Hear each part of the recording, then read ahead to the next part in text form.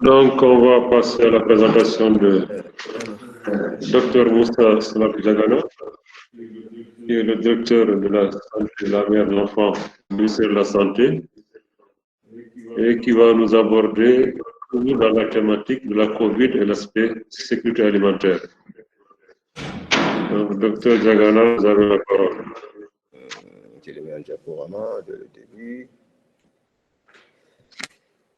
Merci beaucoup. Nous nous excusons de ce retard qui est l'un des impacts de Covid aussi, parce que nous sommes au niveau du ministère de la Santé, nous sommes très pris par la préparation de la vaccination contre.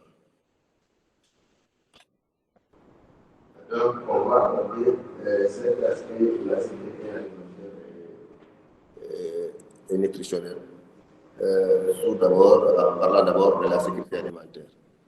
Et pour parler de la sécurité alimentaire, on va se baser sur le cadre, ce tableau de référence, qui est le cadre intégré de sécurité alimentaire, qui distingue une première phase minimale. C'est un état où il n'y a pas, on est dans cet état, dans cette première phase, on est en phase de sécurité alimentaire. Après, on a une phase D, qu'on appelle les populations sont sous pression. Donc, c'est déjà le début de l'insécurité alimentaire ou insécurité alimentaire modérée. De la phase 3 à la phase 5, on a vraiment ce qu'on appelle l'insécurité alimentaire sévère, qui va de la crise en passant par l'urgence humanitaire et la phase 5 constitue la fin.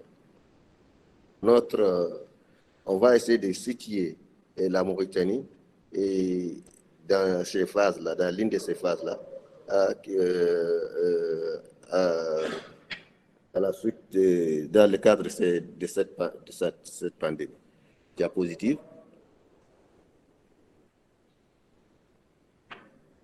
Donc, alors, ça c'est quel est l'état de la sécurité alimentaire ici? Donc, si on regarde ce tableau, on sent on voit que pendant la période qui suit juste la pandémie qui a commencé à Mauritanie en mars 2020, si on regarde de juin l'analyse de l'état de sécurité alimentaire qui a été faite, on voit que on n'a pas de famine, la phase 5, il n'y a pas de cas enregistrés. Et de la phase, on n'a pas de famine. Donc, même si le plus souvent, on a quand même des cas qui sont à la phase 1, c'est-à-dire la grande majorité de la population est stable sur le plan de sécurité alimentaire, c'est-à-dire de mois de juin à juillet, août 2020, c'est le début de la pandémie, post-pandémie. Et octobre, décembre, donc, on a la grande majorité de la population est en sécurité alimentaire. Mais, diapo s'il vous plaît, pour être plus explicite,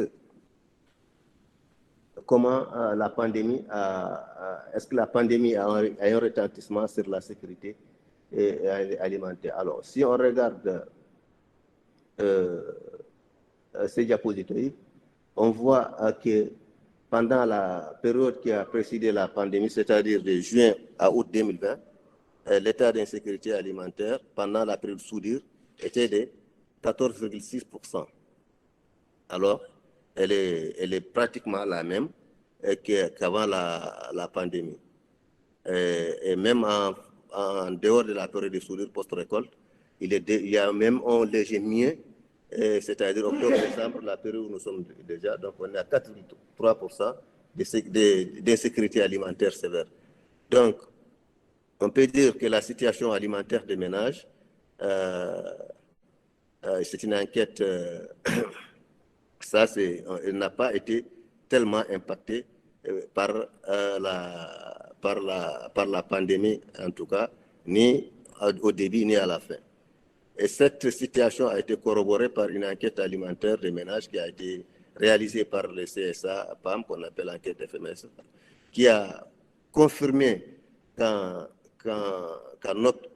octobre 2020, déjà, il y a de cela 2 mois déjà, que 14,8% des ménages mauritaniens sont en insécurité alimentaire, dont 2,1% souffrent de la forme sévère. C'est le même taux qu'on avait les années, les périodes qui ont précédé la pandémie. Donc, ces taux, c'est l'un des taux, c'est les taux les plus, c'est les niveaux d'insécurité alimentaire acceptables qui ont été toujours observés en Mauritanie.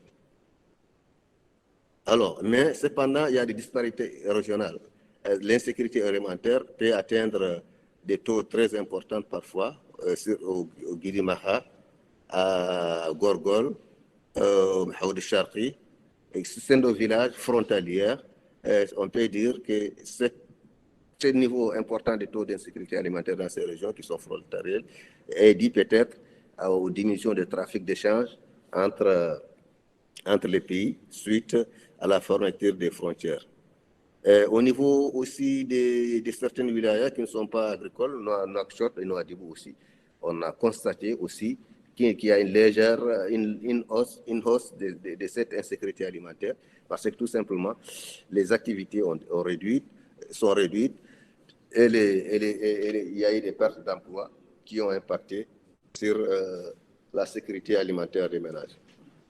Ça, c'était l'aspect sécurité alimentaire. Pour ce qui est de la sécurité, pour ce qui est de la situation nutritionnelle des enfants particulièrement, pour ce qui est de la sécurité nutritionnelle des enfants, alors notre référence, en général, c'est l'enquête nutritionnelle qui se fait annuellement, qu'on appelle enquête SMART. Malheureusement, on n'a pas eu d'enquête pendant la période cette année. C'est une enquête qui se réalise en période de soudure vers mois de juillet. Cette année, 2020, à cause de toutes les activités, à cause des retards qui se sont accumulés, on n'a pas pu réaliser cette enquête-là. Mais déjà, la situation de l'année précédente, avant la pandémie de Covid, donne des taux importants de malnutrition aiguë sévère, avec certaines avec des taux de malnutrition aiguë sévère qui sont très élevés et avoisinent la phase critique ou même ainsi que pour les taux de malnutrition aiguë modérée.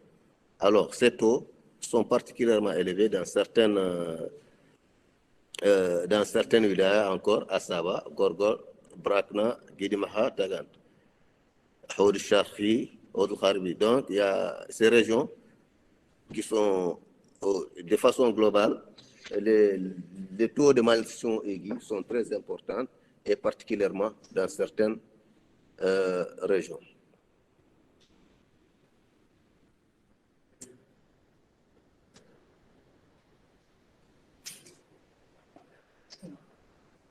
Donc, donc ça, c'était la situation d'avant Covid. Alors, cette situation de malnutrition aiguë d'avant Covid était plutôt accentuée au sud-est du pays. Donc, pour ce qui est après Covid, en tout cas l'impact de Covid, n'a pas pu être montré par l'enquête SMART. Tout ce qu'on a, on a des données administratives qui montrent que de janvier en octobre 2020, on a eu plus de cas de malnutrition aiguë sévère enregistrés par rapport à la même période de l'année passée, avec une augmentation de 3%. Donc, il y a eu une recrudescence des cas de malnutrition aiguë en post-Covid par rapport à l'année passée, avec une augmentation qui a été jusqu'à 3% au niveau national. Mais au niveau de certaines régions, ce taux est beaucoup plus important. Augmentation de plus de 15%. Dans certains, à Assaba, de 18% à Assaba, Haoud Charqi 28%, Haoud Kharbi 30%, Tagant 30%, et qui peut atteindre jusqu'à une augmentation jusqu'à 50% des cas de malnutrition chez les enfants en post après la Covid. Donc, on peut dire que Covid a vraiment impacté, en tout cas, sur la situation nutritionnelle des enfants. Diapo. Donc,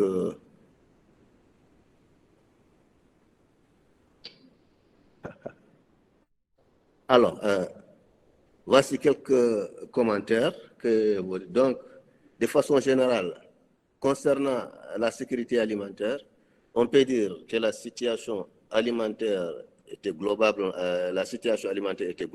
stable dans l'ensemble du pays, malgré la pandémie Covid qui sévit depuis mars 2020.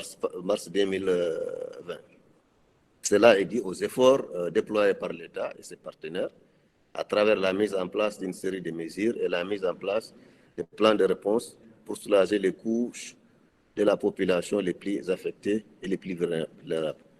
On a constaté sur les marchés, parce que les marchés sont bien approvisionnés en denrées alimentaires de base, blé, riz, huile, sucre, mais cette disponibilité, si elle n'est pas, cette disponibilité n'est pas